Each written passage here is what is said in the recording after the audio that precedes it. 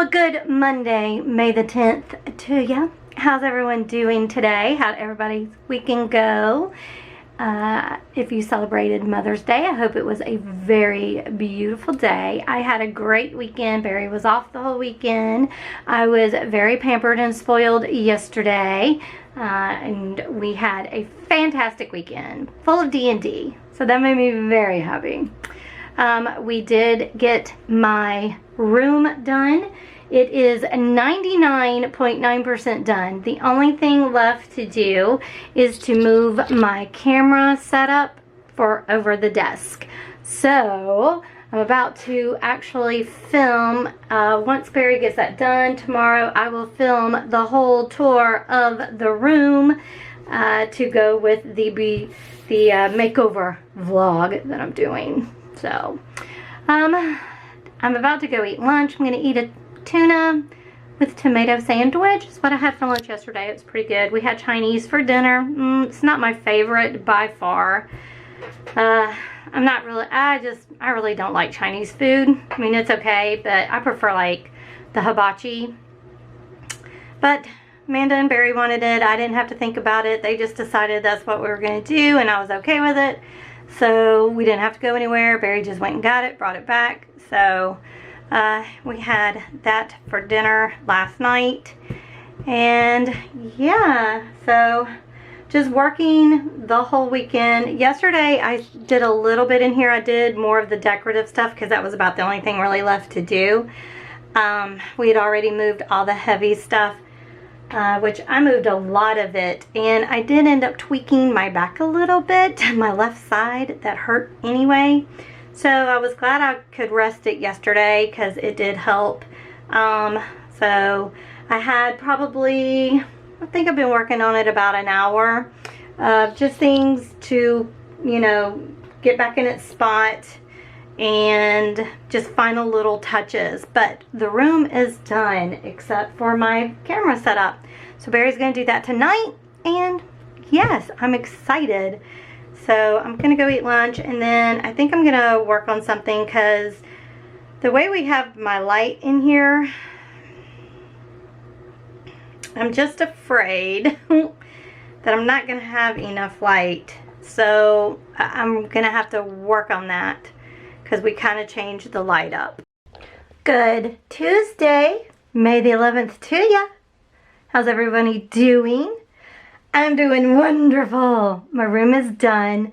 I am so excited. Yes. I have to go pick up Amanda's glasses for her, and we're going to eat lunch, and then I'll probably come back, and by the time I get back, I might can do a live stream. I'm so excited. So yeah, I hope you check out the video for the makeover. I'm excited about it. Well, I got to get going. I hope y'all had a great day yesterday. Oh, the flounder was so good last night. It was so good. So the pineapple mango salsa was really good. All right, y'all. I'll talk to you in a little bit. Bye. Good Thursday afternoon to you. It's almost 2 o'clock. How is everybody doing today? It is 2 o'clock. It's after 2, actually. It's May the 13th. Oh, wow. This month is almost halfway over. Can you believe that? That's just crazy. Wow. Okay, let's see. Dinner last night, I made the creamy tomato basil chicken crock pot something, I don't know. It was okay. I don't think, you use a can of diced tomato that has the Italian, you know, like oregano and basil in it and all that. I think that is what gives it a taste that I am not too happy about.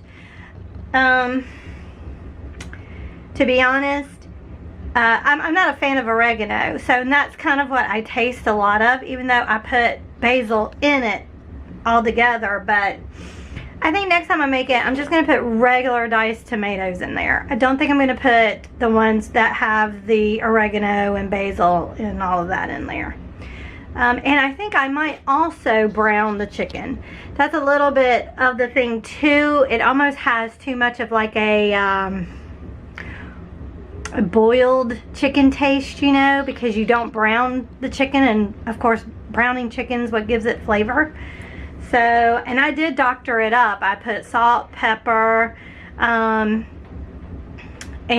garlic powder on the chicken before I put it in there. So, but other than that, it's okay. I mean, I ate it, but the oregano was just a little too much oregano for me. And like I said, I'm not a fan of oregano. So next time I make it, it'll be, you know, better than that. Let's see, I've already eaten lunch today. I had a veggie burger. I've been using my Instapot. I've been using the air fryer on it the last couple of days for lunch, because it's just so easy to make. The veggie burger was in it, and like yesterday I made a boca chicken in it and some fries yesterday. Today I had a couple of mozzarella cheese sticks that were just in the freezer. I had those, so it was very fast too. Only took the cheese sticks like 5 minutes, 6 minutes, 6 minutes to cook, 8 minutes to cook. So yeah, it was pretty tasty too. I'm about to start working, finish out today. My goal is to finish my bunny, my welcome bunny. I want to get that finished, and I also, let me turn you around. I also have my box of D&D stuff that I need to start painting to get ready for our D&D sessions. I'm not going to worry about the floors right now because I don't need them right now, but I do need my little miniatures. So yeah, excited to start working on that. This is what I did yesterday on my live stream. Oh, I love this, y'all. I can't even express to you how much I love this little fish. I know it's so simplistic, but this is totally my style. I really love it. I think it turned out super cute. I love her little fish lips. Oh, so cute. I'm really pleased with it. I love to, like, here I did some splatters in the fins, but the top were not quite dry when I did the splatters, and they kind of did that effect. I love that too. I like that it has a different bottom fin. I think that, you know, because sometimes fish have that, like they have a different bottom fin color than the top fin. I just love this. I'm in love with her. I think she's just too cute. Too cute. I'll put in some of the footage from yesterday from the live stream with this little cutie patootie. Ah, so cute. So I started out by finding a fish that I wanted to draw, and I drew it wrong part of the paper. I needed to move it over a little bit, so that is what I did. I was really apprehensive about this prompt because I was like, oh man, I don't want to do a fish. I don't want to do, you know, I'm not good at realism. And in my head, these things are all like, you know, a lot of them, you just have to find a fish and draw it to make it look real. And then, so I just Googled fish, and then clip art came up, and I was like, well, let me just look at these, or draw a fish or something like that. And then I saw this fish, and immediately when I saw it, it reminded me of rainbow fish. So I knew immediately how I was going to paint this when I saw it, and I was like, yes, this is the fish that I want to do. This is the fish that I'm going to draw and have so much fun with, I think. And I was not wrong. I think this has been my favorite one that I have done so far, besides Fun Guy, because, you know, he's a fun guy. But this one I really did like a lot. I used my Mungyo paints to paint this guy. I used Payne's Gray from my Winsor Newton because the Mungyo does not have Payne's Gray, and I wanted a Payne's Gray. So I just used it out of my Winsor Newton, and only on some parts of the fish did I use the Payne's Gray on, because I wanted like the scale part especially to be a little bit more, you know, prevalent. And then I went on with the gray that is in the one palette to do the rest of the fish, just to, you know, to put the lines in there. And then I will use pink for those cute, cute, cute fish lips. Oh, I just loved it. Loved it. And then I will just use the blue for her eyes and all that kind of good stuff. So I did have so much fun painting this. I really, with the scales, what I ended up doing was just going in rainbow order, because like I said, the minute I saw this fish, I immediately thought rainbow fish. And so I knew I wanted on the scales to go rainbow, and then I thought, you know, well, a fish can be green, right? And so that is the color that I ended up using.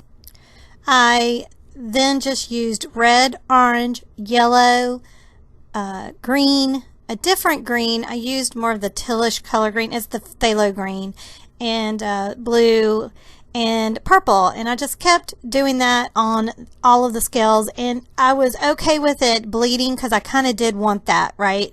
I wanted it to have that mixed look. So I was very happy when that would happen. And with the green on her face, I did end up using darker colors like under the eyes and around the mouth, just to give it some definition, you know. But that was basically how I did the scales on the fish, is just drop in the colors and let them bleed and let the magic work. I also knew that I wanted to put splashes on the fish, little splatters, and so that is what I ended up doing. And I went red and orange and a little bit of yellow. Then it was kind of getting onto things, and so I kind of stopped and added a little bit of the bluish color down below on the fin, and the yellow that had splattered there made this beautiful like green yellow going on down there. I loved it. And so I just finished putting that, I think that is indigo. And I just ended up using it to color the other fins, and then went back to just splattering with the other colors. And this is when that purple and blue ended up dropping up at the top, and oh my gosh, I was so happy with that. I really, really, really loved it a lot. And then I wanted to put the bubbles on the fish. I thought that would look cute. So I just went around and used clean water and ended up using blue to go ahead and fill in around the fish to give it look, you know, give it the look like it is in actual water. Then to finish it up, I put little rosy cheeks on her, and kind of wiped it away a lot because I didn't want it to be too, you know, prevalent on her cheeks. And I also used my Copic ink to do the white little bubbles, put highlights in her eyes and also on her lips. And I also used it to put it on her scales to give it a nice little glistening, you know, like she's in the water. And I think it turned out super cute. This was really fun. Like I said, I think this has been the funnest I've had doing these challenges. So I really did enjoy it. But the longer version is on my YouTube channel if you want to see exactly how it all went down. I am still loving my area. I still feel, you know, and yeah, so today, finish Welcome Bunny, and then do my D&D. Tomorrow, I'm going to work on my bunny in a pot. Y'all, I keep procrastinating because I am so afraid I'm going to mess it up. But I got to get out of that mindset, right?